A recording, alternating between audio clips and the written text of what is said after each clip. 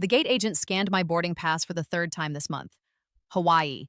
One way, again. I watched her eyes flicker to my age on the screen. 72. Flying alone. No return date. She smiled that careful smile people give old women traveling solo. Visiting family? No, I said. Leaving them. Her smile froze. I picked up my carry-on and walked toward the jet bridge. My phone buzzed in my purse. Bryn, again, 47th call this week. I let it go to voicemail. Let it join the other 46 messages I hadn't listened to. The Hawaiian air hit me like a warm towel when I stepped off the plane in Maui. Salt and plumeria, freedom and distance. 3,000 miles between me and the daughter who wanted me gone. So I left, but not before I paid off their mortgage. Not before I changed my will. Not before I left something on her desk that would destroy everything she thought she knew about her mother. Hi, viewers. Kindly tell us where you're watching from and what time it is. The letter sat in a manila envelope on Bryn's home office desk. I'd placed it there myself 3 days ago, while she and Cade were at the movies. Used the key she gave me years back. The key she probably forgot I had. Inside that envelope was a single sheet of paper. On that paper, I'd written the truth about what happens when you tell your mother the best gift she could give you is to disappear. I gave her exactly what she asked for. The woman in the seat next to me on the plane kept glancing over. I must have looked strange. Old lady, flying alone, smiling. First time in Hawaii? She asked. Third time this month. Her eyebrows went up. I live there now, I said. Oh, how wonderful. Do you have family there? No, that's why I moved. She didn't ask anything else after that. I closed my eyes and let myself remember. Not the good parts, the real parts. My name is Felicity Moreland. I'm 72 years old. I was a nurse for 43 years, worked every holiday, every double shift, every overtime hour they offered. Not because I loved it, because my daughter needed college paid for, needed a wedding, needed a house, needed her mother gone. The plane touched down, I grabbed my bag, walked out into the sun. My phone buzzed again. Bryn, I turned it off. Because 3 days ago she'd found the letter, and by now she knew what I'd done. The mortgage I paid, the will I changed, the insurance policy I redirected, the mother who vanished. And she had no idea where I was. The turkey smelled like rosemary and butter and lies. I stood in Bryn's kitchen holding a glass casserole dish, green bean almondine, her favorite. I'd made it every Thanksgiving since she was 7. Voices drifted from the dining room. Bryn, Cade, laughing about something. I started toward them, then stopped. She's always here, Bryn said. Her voice cut through the laughter. Every holiday, every weekend. I can't even breathe in my own house. My hands tightened on the dish. Babe, she bought us this house. Cade's voice dropped lower. We can't just... I don't care what she bought us. Bryn's words came out sharp, fast. The best gift she could give me is to be gone. Just gone. The casserole dish slipped. I caught it. Barely. My daughter. My only child. The girl I'd raised alone after her father walked out. The girl whose college loans I paid. Whose wedding I funded. Whose mortgage I cleared. She wanted me gone. I set the dish on the counter, walked into the dining room, smiled like my chest wasn't caving in. Dinner smells wonderful, honey. Bryn's face went white, then red. She knew I'd heard. I didn't stay, told them I felt sick, drove home with my hands shaking so hard I had to pull over twice. That night, I sat at my kitchen table.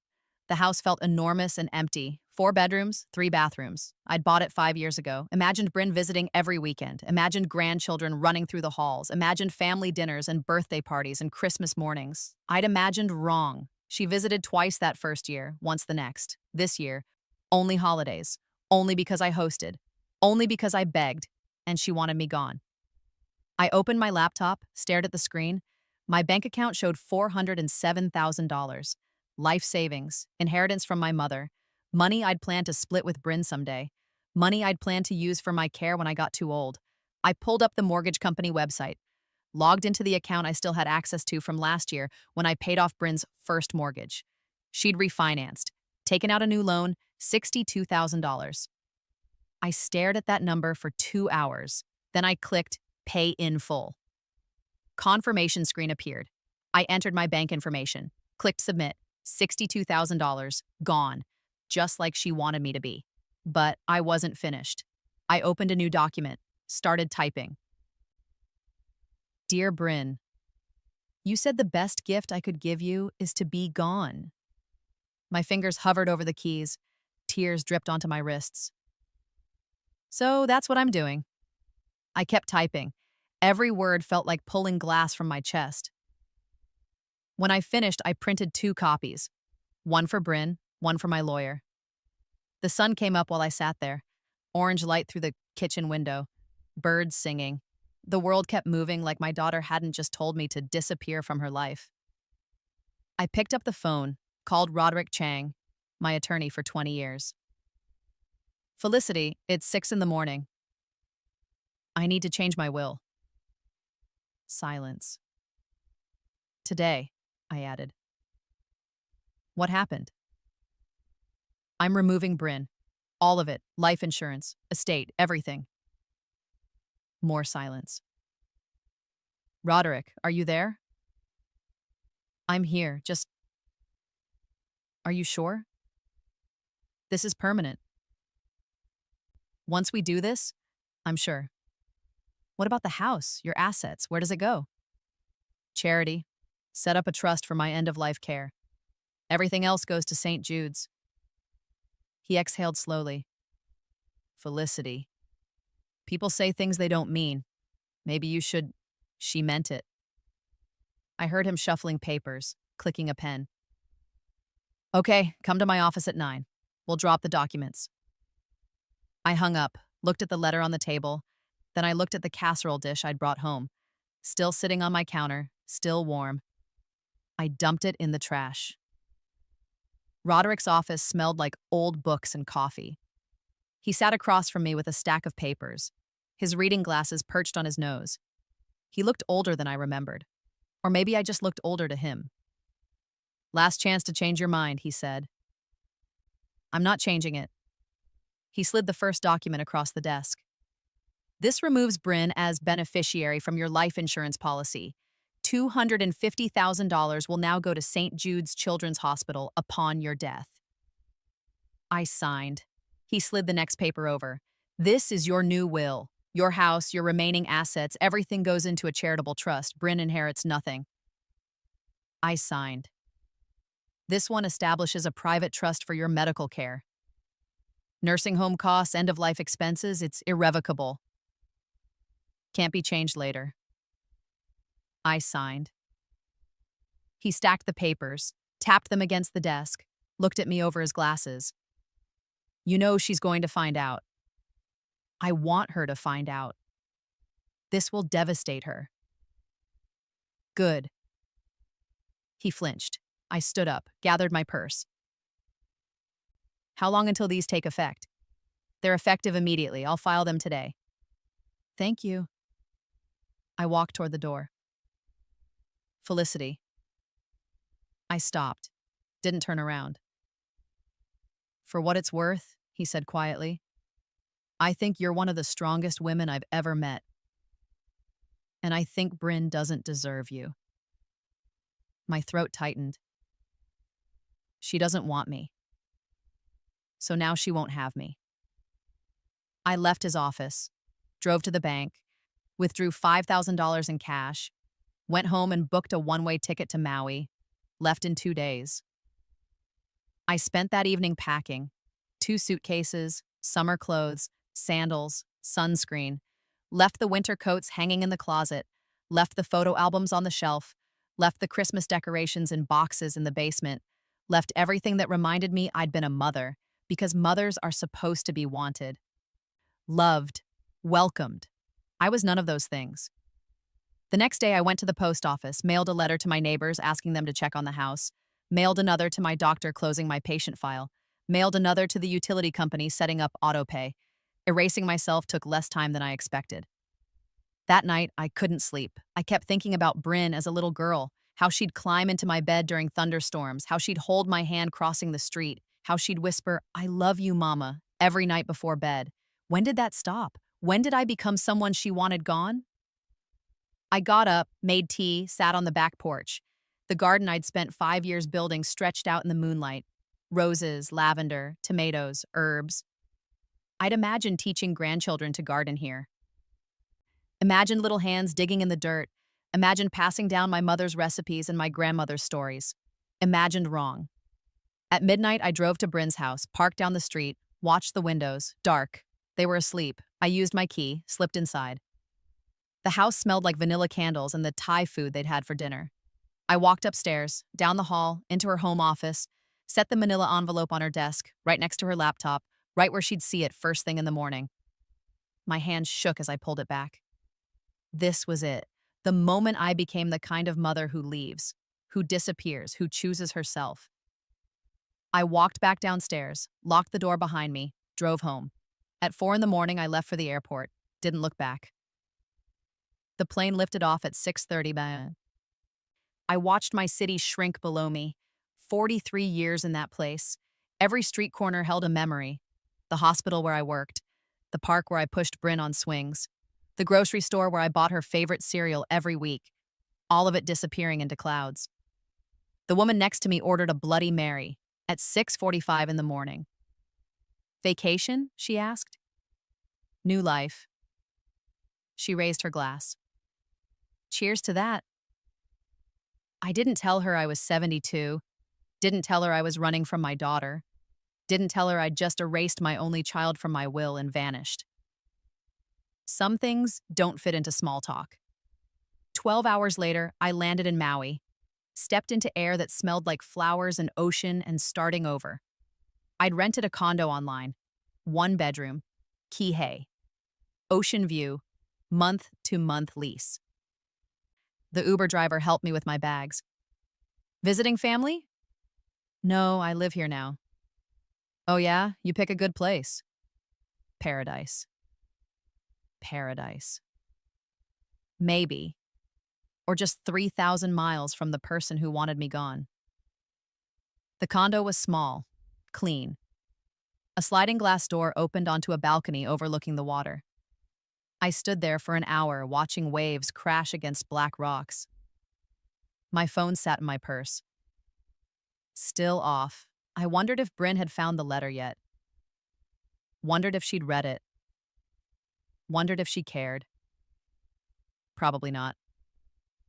That night, I unpacked, hung my clothes in the closet, set my toiletries in the bathroom, made the bed with sheets that smelled like lavender detergent. Everything fit in one room, my whole life. 2 suitcases and a purse.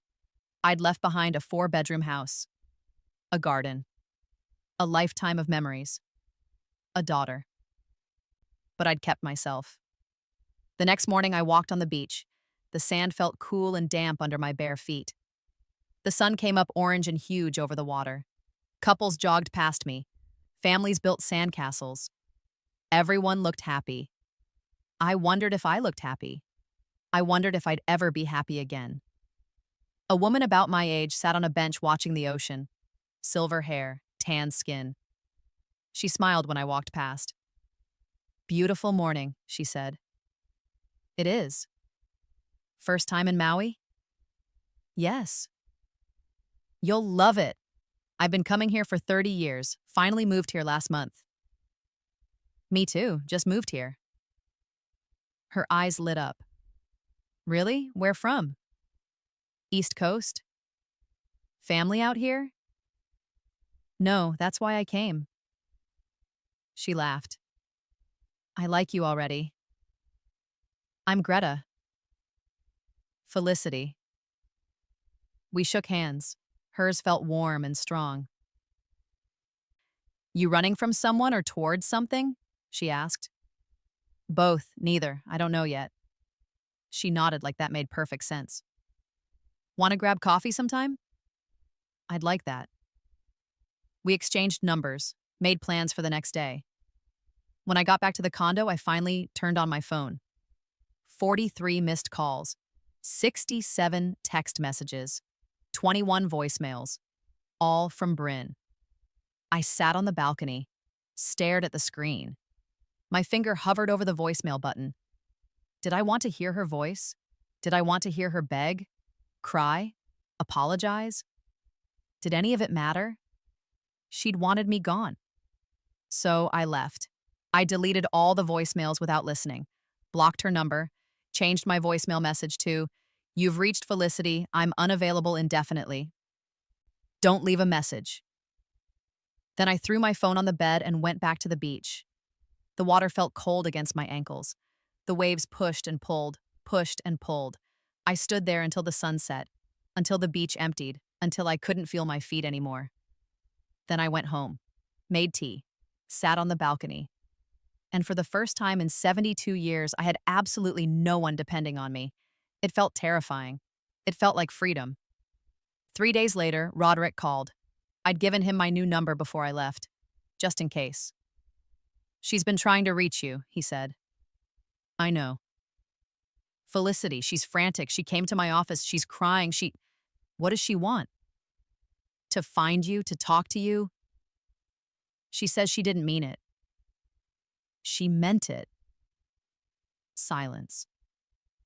"She found out about the mortgage," he said. By now, "Good. And the will. And the insurance." My stomach clenched. "How?" "I don't know. Maybe the bank sent paperwork. Maybe she went through your files. Either way, she knows." "What did she say?" He hesitated. "She said you're punishing her." I laughed. It came out bitter. "I paid off her house." "How is that punishment?" "She says you did it to make her feel guilty." "I did it because I'm her mother. Because even when she doesn't want me, I still want her safe." "She doesn't see it that way." "I don't care how she sees it." "Felicity, don't tell her where I am." "I won't. But you should know. She's not okay." "Neither am I." I hung up. That night, I met Greta for dinner at a small restaurant near the water. We sat outside under string lights, ordered fish tacos and Mai Tais. "You look troubled," she said. "Family stuff." "The kind you ran from?" "Yeah." She nodded, took a sip of her drink.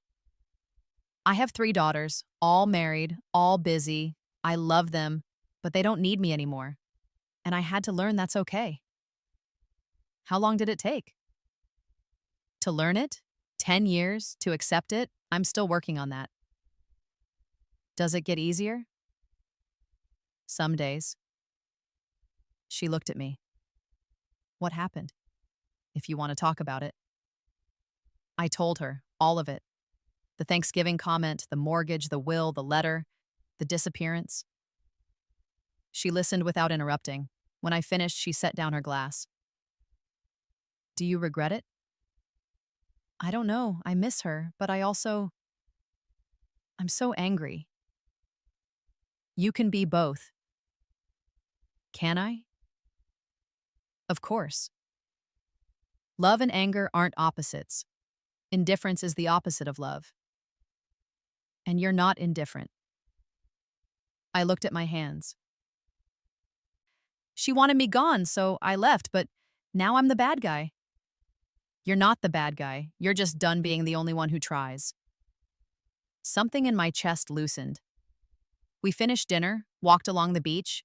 Greta told me about a book club that met every Thursday, a yoga class on the beach every morning, a group of women who called themselves the Second Act Club. "Women like us," she said. "Starting over. Finding ourselves." "You should come." "Maybe I will." When I got home, my phone had 3 new voicemails. I'd unblocked Bryn's number by accident when I reset my settings. I stared at the notifications, pushed play. "Mom, please, I'm so sorry. I didn't mean it. Please just call me back, please." Her voice cracked. She was crying. Next message. Mom, I know you're angry. I know I hurt you, but please don't do this. Don't disappear. I need you. Next message. Mom, I found the letter. I know what you did. The house, the will, everything. I don't care about the money. I just want you back. Please. I saved the messages. Didn't respond. Because wanting someone when you need something isn't the same as wanting them when you don't. Roderick called again 5 days later. She won't stop, he said. She's called my office 23 times. She's desperate. Then she knows how I felt for the last 5 years. Felicity, she's your daughter. And I'm her mother. That should have mattered before now. What do you want me to tell her? Nothing. Tell her nothing. I hung up, turned off my phone, left it in a drawer. That Thursday, I went to the Second Act Club meeting. 5 women, all between 60 and 75, all living in Maui alone, all starting over. Greta introduced me. This is Felicity. She just moved here from the East Coast. A woman with dark skin and braided gray hair smiled. Welcome, I'm Paloma, moved here from Chicago 3 months ago. Another woman, thin and pale with bright blue eyes, waved. Shira, New York, 6 months? We sat in a circle on someone's lanai, drank wine, ate cheese and crackers. So, what's your story? Paloma asked me. I told them, the short version. Daughter wanted me gone, so I left. They nodded like they'd heard versions of this before. My son hasn't called me in 2 years, Shira said. I raised him alone. Put him through law school. He got married and forgot I existed. My daughter only calls when she needs money, another woman said. Mine put me in a nursing home and sold my house, Paloma added. I checked myself out and moved here. We all laughed, but it wasn't funny. Do you regret leaving? I asked them. Every day, Shira said. Never, Paloma said. Both, said another. Greta raised her glass. To knowing our worth. We all drank. That night I went home feeling less alone. These women understood. They'd all been mothers who gave everything. They'd all been discarded. They'd all chosen themselves. I wasn't a bad person. I was just done. The next week passed in a blur of beach walks and book club meetings and hula lessons. I signed up for everything, kept myself busy, kept myself from thinking about Bryn. It worked. Mostly. But at night, I'd lie in bed and hear her voice. I need you, Mom. And I'd wonder if I was being cruel. If I should forgive her, if this was all a mistake, then I'd remember her words. The best gift she could give me is to be gone. And I'd roll over and go to sleep. 2 weeks after I left, Roderick called my new number. She stopped calling, he said. My heart dropped. What? Bryn, she hasn't called my office in 4 days. Thought you should know. Oh. Silence. Felicity, you okay? Yeah, fine. Thanks for telling me. I hung up. She'd stopped trying. I should have felt relief. Victory, peace. Instead, I felt empty. That night, I sat on the balcony with a glass of wine. Watched the ocean turn dark. Listened to the waves crash. She'd given up on me. Just like I'd given up on her. We were even now. So why did it feel like I'd lost? Paloma's words echoed in my head. Love and anger aren't opposites. Indifference is the opposite of love. Bryn had stopped calling, stopped trying. Had she become indifferent? Or had I? I went to bed without answers. The next morning, I walked on the beach at sunrise. The sky turned pink and gold, the water sparkled. Everything looked beautiful and wrong. A little girl ran past me chasing a ball. Her grandmother chased after her, laughing. They collapsed in the sand together, giggling. I turned away, went back to the condo, Pulled my phone from the drawer, turned it on. No new messages. She really had stopped. I opened my photos, scrolled back through years. Bryn as a baby. As a toddler, first day of school, high school graduation, wedding day, every photo, I was there, smiling, proud, loving her. When did that stop being enough? I closed the photos, put the phone back in the drawer. If she didn't want me, then I didn't want her, except I did. And that was the problem. The package arrived 3 weeks after I'd left. Small, brown paper, no return address. The woman at the front desk of my condo building handed it to me. This came for you. I carried it upstairs, set it on the kitchen counter, stared at it for 20 minutes. The handwriting on the label was Bryn's. My hands shook as I opened it. Inside, a shoebox. Inside the shoebox, photographs. Me holding Bryn as a newborn. Her first birthday, first day of kindergarten, every school play, every dance recital, every moment I thought she'd forgotten. At the bottom of the box, a letter. I sat down, unfolded it, read. Mom, I don't know where you are. I don't know if you'll even get this, but I had to try. I found these photos in my closet. I've kept them all these years, every single one, because you were there for every single moment that mattered. I know what I said. I know I can't take it back. I was angry and stressed, and I took it out on you. That doesn't make it okay. Nothing makes it okay. But I need you to know, I didn't mean it. I've been trying to get pregnant for 3 years. 3 years of negative tests and doctor appointments and Kate and me fighting about money and stress and everything. I felt like I was failing, like I couldn't do anything right. And you were always there trying to help, and it made me feel worse, like I needed my mommy to fix my life. So I lashed out. I said the worst thing I could think of. I wanted to hurt you because I was hurting. I'm sorry. I found out 2 days after you left that I'm pregnant, finally. After 3 years. And the first person I wanted to tell was you. But you were gone. I don't blame you for leaving. I don't blame you for the will or the insurance or any of it. I deserve it. But I'm asking, begging for forgiveness. I don't need your money. I don't need you to fix my life. I just need my mom. Please. Bryn. Tucked inside the letter, an ultrasound photo, 8 weeks. Tiny blob of white on black background. My grandchild. I sat at the counter, read the letter 3 more times, looked at the ultrasound, looked at the photos, cried until I couldn't breathe. She was pregnant. She was sorry. She wanted me back. But did that fix anything? Did one apology erase 5 years of being unwanted? Did a pregnancy suddenly make me matter? I didn't know. I put everything back in the box. Set it on the table. Went to bed. Didn't sleep. The next morning I called Greta. Can we talk? Of course, coffee. We met at our usual spot, sat outside. I showed her the letter, the ultrasound.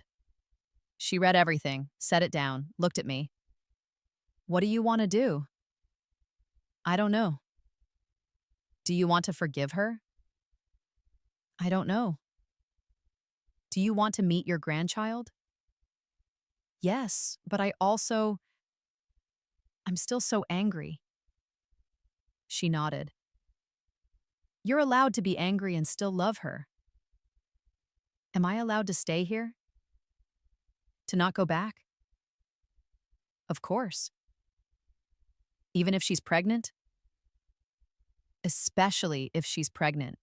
You don't owe anyone your presence just because they need something from you. I started crying again. But she's my daughter. And you're a person. You matter too. We sat there for an hour, didn't solve anything. But I felt less alone. That night, I pulled out stationery, started writing. Dear Bryn, I got your letter and the photos and the ultrasound. Congratulations, I'm happy for you. My pen hovered over the paper. What came next? I forgive you? I'm coming home? Let's start over? None of it felt true. I crumpled the paper, started again. Dear Bryn, I got your letter. I'm glad you're pregnant. I'm glad you're happy. I'm glad you're sorry. but I'm not ready to come back. You said the best gift I could give you was to be gone. So I left, and I'm still gone. Maybe someday that will change, but not today. I hope you understand. Mom, I sealed it, addressed it, walked to the post office, mailed it before I could change my mind. Then I went home, sat on the balcony, watched the sunset. My daughter was pregnant, my first grandchild, and I was 3,000 miles away, by choice. I didn't know if that made me strong or selfish. Maybe both. 2 months passed. Bryn didn't respond to my letter, didn't call, didn't text. She'd given up, for real this time. I told myself I was okay with it, told myself I'd made my choice, told myself I was happy. Some days, I believed it. I joined a pottery class, learned to make bowls and mugs. My hands stayed busy, my mind stayed quiet. The Second Act Club met every Thursday. We talked about books and life and the families we'd left behind. Nobody judged, nobody pushed. Greta became my best friend. We walked on the beach every morning, had lunch twice a week, celebrated our birthdays together. I built a life. A small one, a quiet one. But it was mine. Then 4 months after I'd left, my phone rang. Unknown number. I almost didn't answer, but something made me pick up. Hello? Felicity, it's Cade. I froze. I know you don't want to hear from us. I know Bryn hurt you. But I'm calling because she's in the hospital. My stomach dropped. What happened? She's okay. The baby's okay. But she had a scare, bleeding. They're monitoring her. She's on bed rest for the next month. Okay. Silence. She keeps asking for you, he said quietly. Cade, I'm not asking you to come back. I'm not asking you to forgive her. I'm just telling you. She's scared. And she wants her mom. I closed my eyes. Is she going to be okay? Doctors say yes, but it's high risk now. She can't work. Can't do anything. Just lie in bed and wait. Okay. Okay. Thank you for telling me. Yeah, take care. Felicity. He hung up. I sat on the balcony, stared at the ocean. Bryn was in the hospital. The baby was at risk. She was scared. And she wanted me. But did that change anything? Did her needing me mean I should go back? Did one emergency erase everything else? I called Greta. She's in the hospital. Greta came over, sat with me, let me talk. I don't know what to do, I said. What do you want to do? I want to go back, but I also don't want to go back. I want her to be okay, but I don't want to be used. Then don't go back. Send flowers, send a card, but don't go back unless you want to. What if something happens to her? What if something happens to you while you're killing yourself trying to fix her life? I didn't have an answer. That night I ordered flowers, had them delivered to the hospital. Included a card. Thinking of you, stay strong. Mom. It felt like enough, and not enough, but it was all I could give. 3 weeks later, Roderick called. She had the baby. What? Early, 34 weeks, but healthy, a girl, 5 pounds, 2 ounces. My hands shook. Are they okay? Yes, both fine. Baby's in NICU for monitoring, but she's strong. I couldn't breathe. What's her name? Haven't named her yet. Bryn wanted to wait. Wanted to... He trailed off. Wanted to what? Wanted to ask you first. Tears dripped down my face, my granddaughter. Born early, unnamed. Waiting for me. Felicity, what do you want me to tell her? Tell her congratulations. That's it? That's it. I hung up, sat on the floor, cried until my chest ached. I had a granddaughter. And I'd never met her. The next morning, I booked a flight home, not forever. Just to visit, just to meet her, because blood mattered, family mattered, even when it hurt. Greta drove me to the airport. You coming back? She asked. I don't know. That's okay. You don't have to know. I hugged her. Thank you. For what? For reminding me I matter. She smiled. You do. Don't forget that. The flight felt longer than it had 4 months ago. Every minute dragged. I landed at 6 in the morning, took an Uber to the hospital, walked through the sliding doors, took the elevator to the 4th floor, maternity ward, found Bryn's room, stood outside the door. My hand shook as I knocked. Come in, Bryn's voice called. I opened the door. She sat in the bed, hair messy, eyes tired, holding a tiny bundle wrapped in pink. She looked up, saw me, started crying. Mom. I walked to the bed, looked down at the baby, perfect, tiny, sleeping. She's beautiful, I whispered. Do you want to hold her? I nodded. Bryn placed her in my arms. She weighed nothing, smelled like soap and milk. I looked at my granddaughter, at her tiny fingers, her perfect face, and I understood. This was why I came back.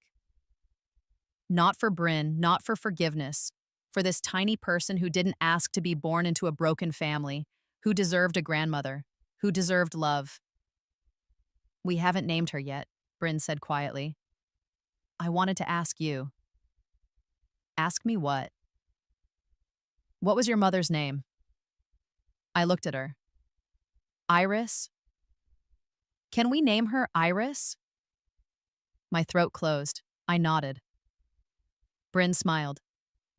Iris Moreland Carter. I looked down at the baby, at Iris, at my granddaughter. Hi, Iris, I whispered. I'm your grandma. She yawned, stretched her tiny fingers. And I knew I'd made the right choice. Not to stay forever, not to forgive everything, but to be here for her, because some things mattered more than being right. Some things mattered more than being hurt. Some things just mattered. I stayed for 2 weeks, helped Bryn bring Iris home from the hospital, taught her how to swaddle, how to burp, how to tell the difference between hungry cries and tired cries. We didn't talk about Thanksgiving, didn't talk about the letter, didn't talk about the will or the money or any of it. We just focused on Iris. Cade thanked me every day. I don't know what we'd do without you. I smiled. Didn't say, you wanted me gone. Didn't say, you got what you wanted. Just smiled. On the 13th day, Bryn and I finally talked. Iris was sleeping. Cade was at work. We sat at the kitchen table with coffee. Mom, I'm sorry. I know. I mean it. I was cruel. I was wrong. I've spent 4 months hating myself. Good. She flinched. I sighed. Bryn, you hurt me. Badly. And I need you to understand that. I do. Do you? Because you wanted me gone. So I left. And now you want me back because you need help with the baby. That's not the same as wanting me. She started crying. I always wanted you.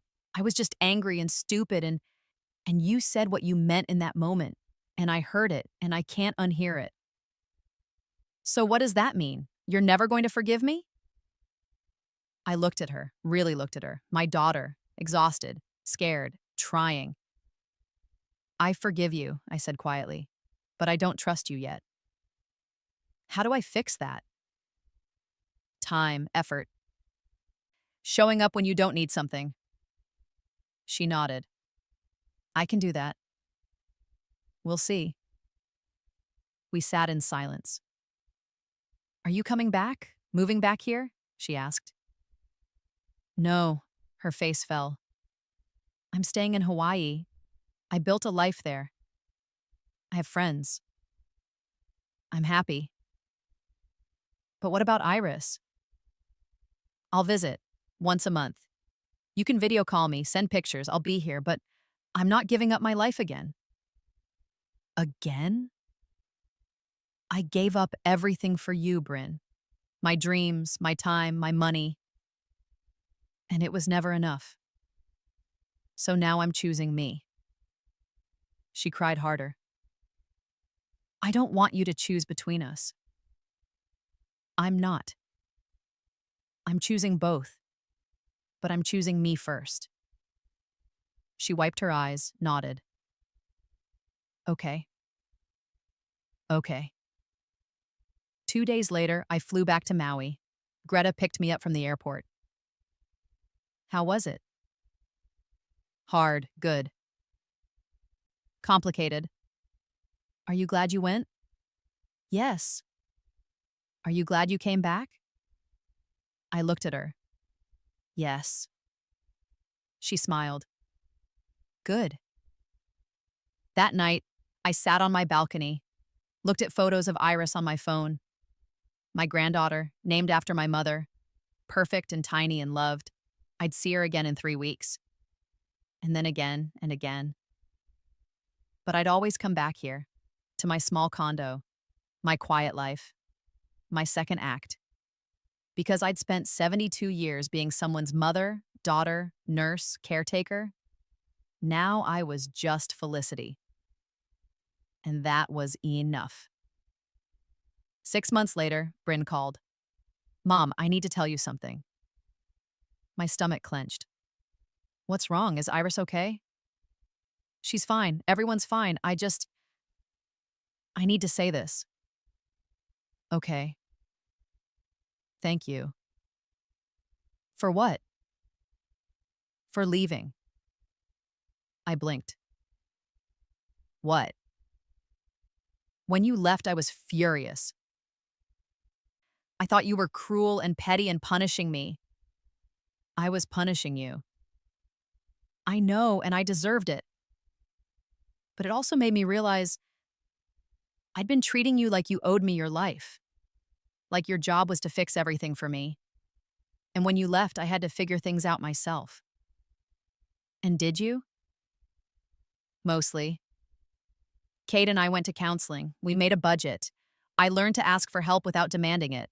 I learned that needing someone and respecting someone are two different things. I didn't say anything. I'm better now, she continued, because you left. Because you showed me that love isn't about sacrificing yourself. It's about choosing each other. And I wasn't choosing you, I was using you. My eyes filled with tears. Yeah, you were. I'm sorry, and I'm trying to do better. I hope you see that. I do. Good. Because Iris is asking for her grandma.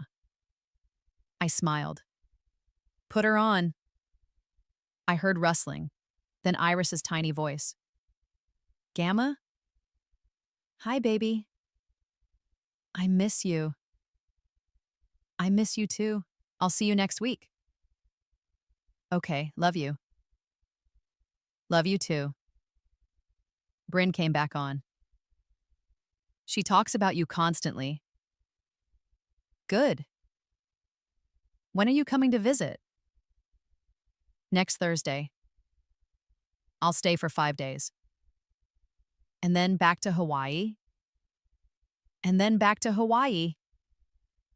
She didn't argue, just said, okay, we'll be ready. We hung up. I sat on the balcony, looked at the ocean. My daughter had apologized. Meant it. Changed. My granddaughter loved me, and I was still living in Hawaii, still choosing myself. It wasn't perfect, but it was real. And that was enough. The Second Act Club met that Thursday. I told them everything. So you forgave her? Shira asked. I'm forgiving her. It's a process. And you're still staying here? Yes. Good, Paloma said. You deserve your own life. Greta raised her glass up, to Felicity, who taught us all that you can love someone and still choose yourself. We all drank. That night, I walked on the beach, watched the sunset, listened to the waves. I thought about the last year, the pain, the anger, the leaving, the coming back. All of it had been necessary, because Bryn needed to learn I wasn't hers to use. And I needed to learn I wasn't hers to lose. I was my own person, with my own life, my own dreams, my own second act, and I wasn't giving that up for anyone. Not even my daughter, especially not my daughter, because the best gift I ever gave her wasn't money or time or sacrifice. It was boundaries. And the best gift I ever gave myself was the courage to enforce them. I walked back to my condo, made tea, sat on the balcony. My phone buzzed. A photo from Bryn, Iris in a yellow dress, smiling. She wanted you to see her outfit for next week. I smiled, texted back. Beautiful, can't wait to see her. Then I set my phone down, looked at the ocean, breathed. This was my life now, split between two places, two loves, two versions of myself, the mother and the woman. And for the first time in 72 years, I was okay with that. More than okay. I was happy. If you've ever been told the best gift you could give someone is to disappear, know this. Your worth isn't determined by how much people want you around when it's convenient for them. Sometimes the most loving thing you can do is choose yourself, set boundaries, and let people learn what your presence actually meant. To anyone rebuilding after betrayal or wondering if you're being selfish for protecting your peace, you're not. You're being wise. What lesson hit you hardest from Felicity's story? And if you were in her shoes, what would you have done differently? Your next story is waiting. Don't stop here. Click the next video on your screen right now and watch another powerful story from our channel. You won't regret it. And before you go, hit that subscribe button and turn on notifications so you never miss a story like this. Drop your thoughts in the comments below. I read every single one. Tell me where you're watching from and what decision you would have made. See you in the next one.